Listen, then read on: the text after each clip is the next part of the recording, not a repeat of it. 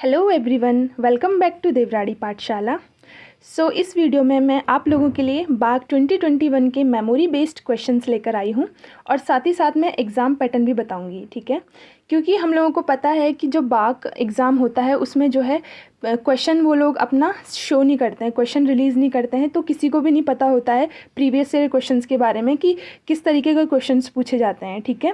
ये लोग जो है वो डिस्प्ले नहीं करते हैं शीट।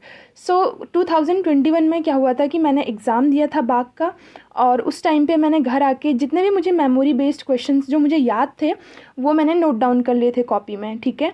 मैंने सोचा था कि जो मेरा नेक्स्ट एग्ज़ाम होगा उसमें जो है मेरे लिए फ़ायदेमंद रहेगा।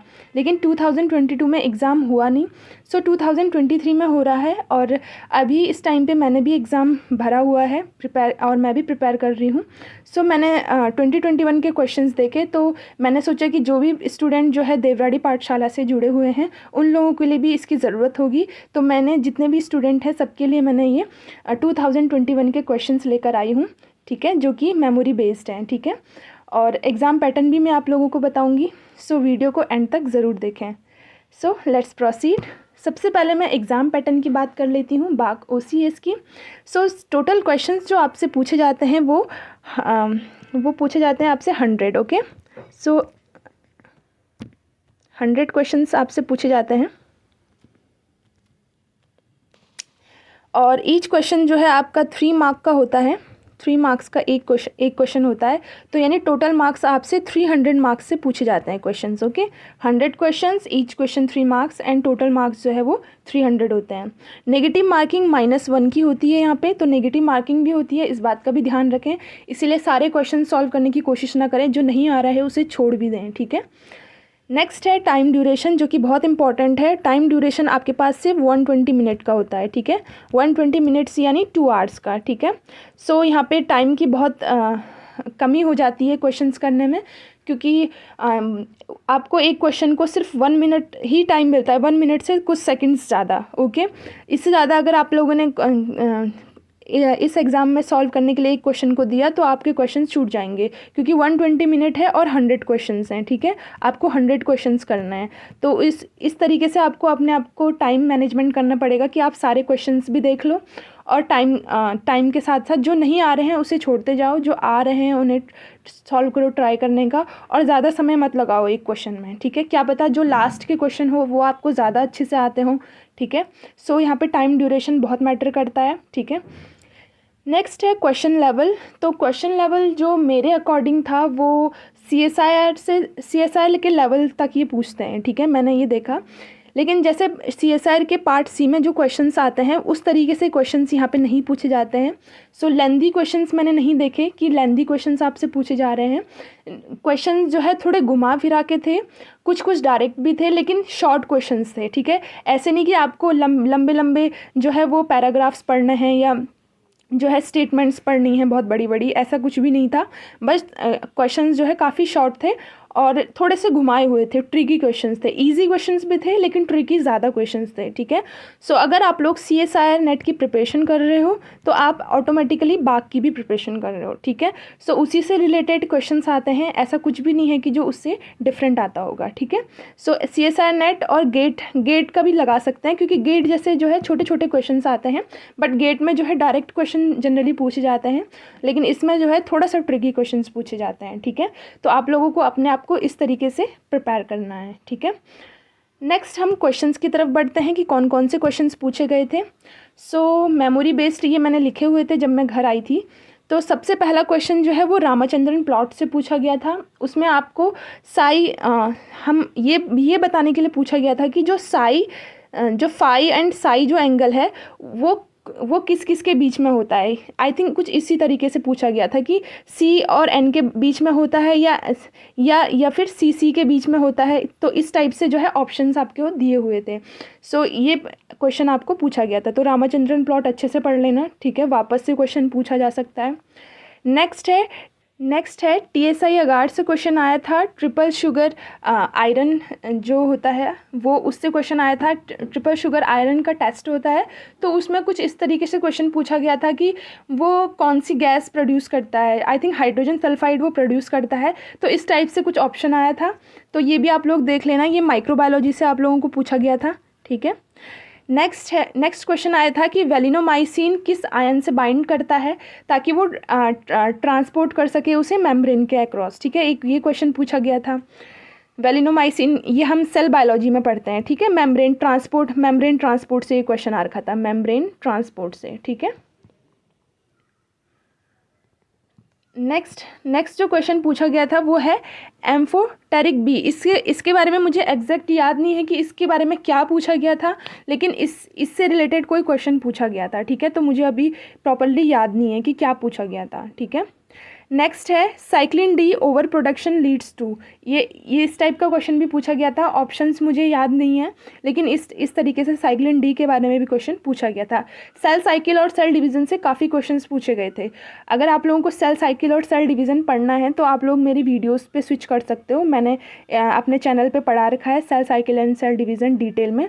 और जनरली ये रेगुलेशन पार्ट से पूछता है। किस पार्ट से पूछता है? रेगुलेशन पार्ट से, ठीक है। रेगुलेशन मैंने आपको पढ़ा रखा है डिटेल में, तो रेगुलेशन पार्ट्स जरूर पढ़ के जाना सेल साइकिल सेल डिवीज़न का, क्योंकि काफ़ी क्वेश्चंस आए थे, ठीक है। नेक्स्ट है temperature dependent sex determination. Reptiles में पूछा गया था कि कौन से रेप्टाइल में होता है या क्या पूछा गया था, मुझे एग्जैक्टली पता नहीं है, लेकिन temperature dependent sex determination in reptiles पूछा गया था, ठीक है। नेक्स्ट है हीमोसाइटोमीटर का प्रिंसिपल पूछा गया था या फंक्शन पूछा गया था। इस तरीके से कुछ क्वेश्चन पूछा गया था, मुझे एग्जैक्टली याद नहीं है, बट ये हीमोसाइटोमीटर से भी क्वेश्चन आया था। नेक्स्ट है लाइट माइक्रोस्कोप से क्वेश्चन आया था, और आई थिंक इसमें जो है कुछ कैलकुलेटिव वैल्यूज़ को सॉल्व करना था, ठीक है। तो कैलकुलेशन भी आएगी आप लोगों को, तो इसके लिए प्रिपेयर रहना, ठीक है। कैलकुलेटिव कुछ क्वेश्चन आया था लाइट माइक्रोस्कोप से, ठीक है। नेक्स्ट है न्यूक्लियोटाइड मेटाबॉलिज्म। इसको तो आप 100% पढ़ के जाना, क्योंकि न्यूक्लियोटाइड मेटाबॉलिज्म से हर बार क्वेश्चन बनते हैं, ठीक है। तो ये बहुत इंपॉर्टेंट टॉपिक है, उनका फेवरेट टॉपिक है न्यूक्लियोटाइड्स से। सो न्यूक्लियोटाइड मेटाबॉलिज्म से कोई डिजीज़ पूछी गई थी, आई थिंक वो एडीए डिफिशिएंसी की डिजीज़ थी शायद, एडीए डेफिशिएंसी की डिजीज़ थी, ठीक है। तो इस तरीके से कोई क्वेश्चन पूछा गया था न्यूक्लियोटाइड मेटाबॉलिज्म। सो न्यूक्लियोटाइड मेटाबॉलिज्म जो भी सेलवेज पाथवे हैं, ये सब आप लोग पढ़ लेना, ठीक है, डिटेल में, इंपॉर्टेंट है, बाकी इससे हर बार क्वेश्चन पूछता है। नेक्स्ट जो क्वेश्चन पूछा गया था वो था प्लांट हार्मोन से। आपको सेल सिग्नलिंग में पूछना था कि कौन सा हार्मोन जो है वो सिग्नलिंग की तरह काम करता है। आपके पास ऑप्शन था कि ऑक्सिन करता है, जिबर्लिक एसिड करता है, स्टिग्मा स्टेरॉइड करता है, ठीक है। इस टाइप से कुछ 3-4 ऑप्शन आपको दिए हुए थे, और आपको सेल सिग्नलिंग बताना था कि सिग्नलिंग पाथवे में कौन सा हार्मोन इन्वॉल्व होता है। कुछ इस तरीके से आपसे क्वेश्चन पूछा गया था। तो प्लांट हार्मोन भी आप लोग पढ़ के जाना, ठीक है, इंपॉर्टेंट है। तो नेक्स्ट आपसे आइसोप्रिन इज़ अ सब यूनिट ऑफ, ये क्वेश्चन पूछा गया था, और इसमें ऑप्शन थे अल्कलॉइड्स, टेट्रापेनॉइड्स, ठीक है। सो इस तरीके से क्वेश्चन पूछा गया था। तो आप इस पोर्शन पे भी ध्यान देना, ये भी प्लांट फिजियोलॉजी से पूछा गया हुआ क्वेश्चन है, ठीक है। नेक्स्ट है कैंसर से आई थिंक काफ़ी क्वेश्चंस थे, लेकिन मुझे जहाँ तक याद है मुझे एक P37 जीन के बारे में पूछा गया था, ठीक है। और भी कोई क्वेश्चंस थे, मुझे अभी याद नहीं है कि एग्जैक्टली क्या था। तो आप लोग कैंसर भी अच्छे से पढ़ के जाना, कैंसर से भी काफ़ी क्वेश्चंस पूछे जाते हैं, और कैंसर को ही जो है सेल साइकिल सेल डिवीज़न से रिलेट करके पूछा जाता है, ठीक है। सो इसीलिए मैंने बोला कि जो सेल साइकिल सेल डिवीज़न का रेगुलेशन पार्ट है उसी से रिलेट करके आपको कैंसर पूछा जाएगा, ठीक है। सो मैं कोशिश करूँगी कि इसके बाद मैं आप लोगों को कैंसर बायोलॉजी पढ़ाऊँ, ठीक है, ताकि आप लोगों को समझने में ईजी हो, क्योंकि हम regulation cell cycle cell division का रेगुलेशन ऑलरेडी पढ़ चुके हैं, ठीक है। नेक्स्ट एनिमल क्लासिफिकेशन से क्वेश्चन था, और एग्जैक्टली क्या था मुझे अभी याद नहीं है, लेकिन एक क्वेश्चन आया था एनिमल क्लासिफिकेशन से, ठीक है। नेक्स्ट इम्यूनोलॉजी से क्वेश्चंस थे काफ़ी सारे, ठीक है। आई थिंक टी सेल के बारे में क्वेश्चन था या क्या था, अभी मुझे एग्जैक्टली याद नहीं है, लेकिन इम्यूनोलॉजी भी काफ़ी पूछी जाती है, ठीक है। नेक्स्ट है एलिजा टेस्ट के बारे में क्वेश्चन था, एलाइजा टेस्ट, और ये आप लोग ध्यान रखना, ठीक है, पढ़ लेना इसको, इम्पॉर्टेंट टेस्ट है, ठीक है। और भी टेस्ट होते हैं रिया, एलाइजा, ठीक है, इन चिप, ये सब भी पढ़ लेना आप लोग, ठीक है। रिया चिप मेथड भी होता है, ठीक है, ये सब आप लोग पढ़ लेना, ठीक है, इंपॉर्टेंट है। नेक्स्ट है माइक्रोबायोलॉजी से जो मेनली क्वेश्चन पूछे गए थे वो डिजीज़ पोर्शन से पूछे गए थे, मतलब काफ़ी ज़्यादा डिजीज़ पूछी गई थी, ठीक है। तो आप लोग को अगर डिजीज़ अगर आप लोगों ने कहीं लिखी है, अगर आप CSIR के लिए प्रिपेयर कर रहे हो तो वो आप लोग इसके लिए भी पढ़ लेना, ठीक है। नेक्स्ट है इलेक्ट्रॉन माइक्रोस्कोप का वर्किंग मैकेनिज़्म पूछा गया था। नेक्स्ट है जैसे ये इलेक्ट्रॉन माइक्रोस्कोप हो गया, जितने भी टाइप के माइक्रोस्कोप है ना उन सबको आप पढ़ लेना अच्छे से, ठीक है, क्योंकि इनसे क्वेश्चंस जो है बनते रहते हैं इस बाग में। नेक्स्ट है प्रोटीन सेपरेशन टेक्निक्स, ये पूछा गया था, यहाँ से क्वेश्चंस आए थे।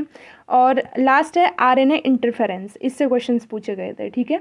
सो मैंने आप लोगों को इंपॉर्टेंट टॉपिक्स बता दिए हैं, इंपॉर्टेंट मतलब जहाँ जहाँ से क्वेश्चंस आए थे, ठीक है। ये मुझे पूरे एग्जैक्टली पूरे क्वेश्चंस तो याद नहीं थे कि क्या क्या थे, लेकिन जितने मुझे याद थे मैंने आप लोगों को ये सब बता दिया है कि यहाँ से इस पोर्शन से क्वेश्चन आए थे, क्या क्या आए थे वो मैंने आप लोगों को बता दिया है, ठीक है।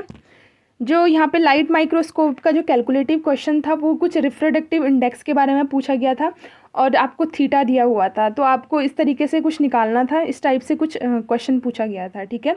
तो इस बात का भी आप लोग ध्यान रखना। सो जो भी ये इंपॉर्टेंट पॉइंट्स हैं, अभी ये तो सिर्फ 19 ही क्वेश्चन जो है मुझे ध्यान थे तो मैंने नोट कर लिए थे, ठीक है। तो जो भी ये एरिया है जहाँ से भी ये क्वेश्चंस आए हैं इन एरिया को आप अच्छे से पढ़ लेना, क्योंकि वापस चांस बनता है कि यहाँ से जो है वापस से क्वेश्चन जो है पूछेंगे, ठीक है। सो आप लोग इन चीज़ों का ध्यान रखना और all the best for your बाक OCS एग्ज़ाम, ठीक है। आई होप आप लोगों को ये वीडियो हेल्पफुल लगा होगा। सो वीडियो पसंद आया है तो इसे लाइक ज़रूर करें, शेयर करें अपने दोस्तों के साथ एंड प्लीज़ सब्सक्राइब देवराड़ी पाठशाला।